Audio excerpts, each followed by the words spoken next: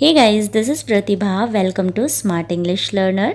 Today's topic is idiom and phrases with meaning Hindi and English. Yes guys, आज के इस video में मैं आप सबसे शेयर करूँगी मुहावरे और कहावतें हिंदी और इंग्लिश में और साथ ही साथ उसकी मीनिंग हिंदी में। तो चलिए वीडियो शुरू करते हैं। सबसे पहला है माइट इज़ राइट, जिसकी लाठी उसकी भैंस। बोलते हैं ना, जो ताकतवर होता है उसी की बात माननी पड़ती है, तो उसे इंग्लिश में बोलते हैं माइट इज़ राइट, जिसकी लाठी उसकी भैंस।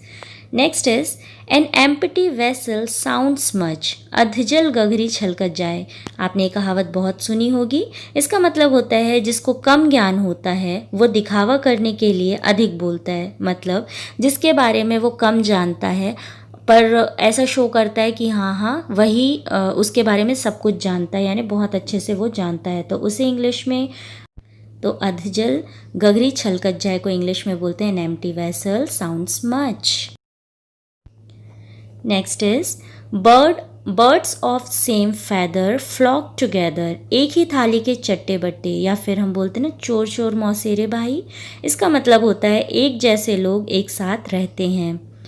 तो एक ही थाली के चट्टे बट्टे को इंग्लिश में बोलेंगे birds of same feather flock together. Good mind good find, आप भले तो जग भला, यानी कि जो खुद अच्छा है उसके लिए सब अच्छा है।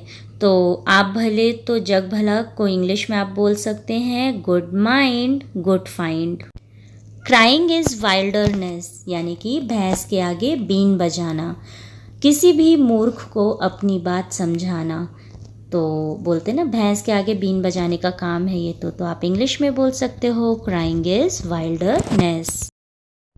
Next idiom is you can not live in Rome and fight with the pope, जल में रहकर मगर से बैर ठीक नहीं है। कहते हैं ना जल में रहकर मगर से बैर ठीक नहीं है, तो आप उसे इंग्लिश में बोल सकते हैं उस कहावत को you can not live in Rome and fight with the pope. इसका मतलब होता है अपने क्षेत्र में ताकतवर व्यक्ति से दुश्मनी नहीं करनी चाहिए। A friend in need is a friend indeed, अपना वही जो आवे काम, यानी मुसीबत में जो काम आए वही आपका सच्चा मित्र होता है। तो आप बोलते हो ना अपना वही जो आवे काम, उसे आप इंग्लिश में उस कहावत को आप इंग्लिश में बोल सकते हैं a friend in need is a friend in deed.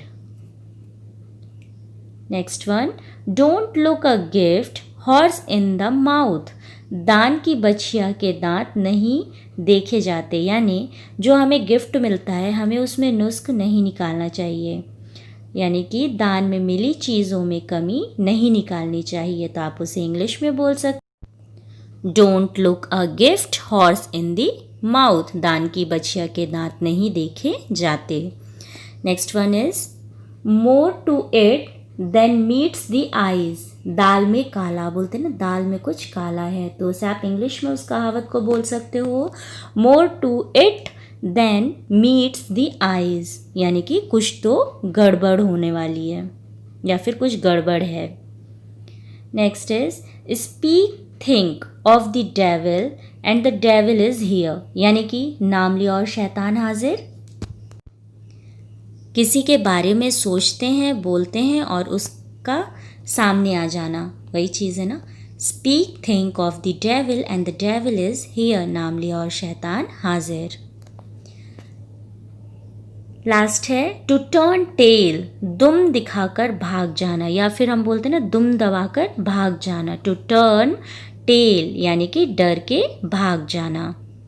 Okay guys, आज के लिए बस इतना ही। वीडियो पसंद आया हो तो वीडियो को लाइक कीजिए, शेयर कीजिए, चैनल को सब्सक्राइब कीजिए, साथ ही साथ बेल आइकन भी ज़रूर दबाइएगा ताकि मैं नए वीडियोस डालूँ तो आप तक सबसे पहले नोटिफिकेशन मिल सके। मिलते हैं एक नए वीडियो में एक नए टॉपिक के साथ, कुछ नए सेंटेंस के साथ। Till then bye bye.